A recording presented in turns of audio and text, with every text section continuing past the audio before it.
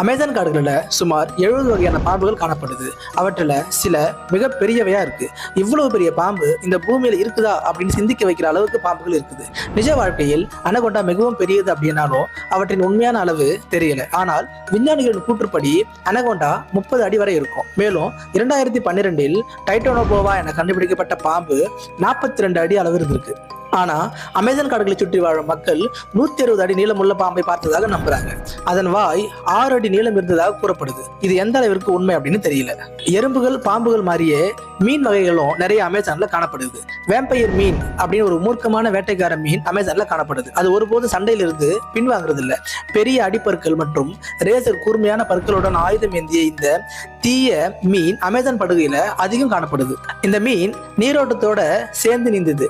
Rabbits மற்றும் நீர்வீழ்ச்சிகள், vampire மீன்கள் கூடும் பொதுவான இடங்களா இருக்கு. இந்த பயமுறுத்தும் மீன் அதோட பற்களின் காரணமாகத்தான்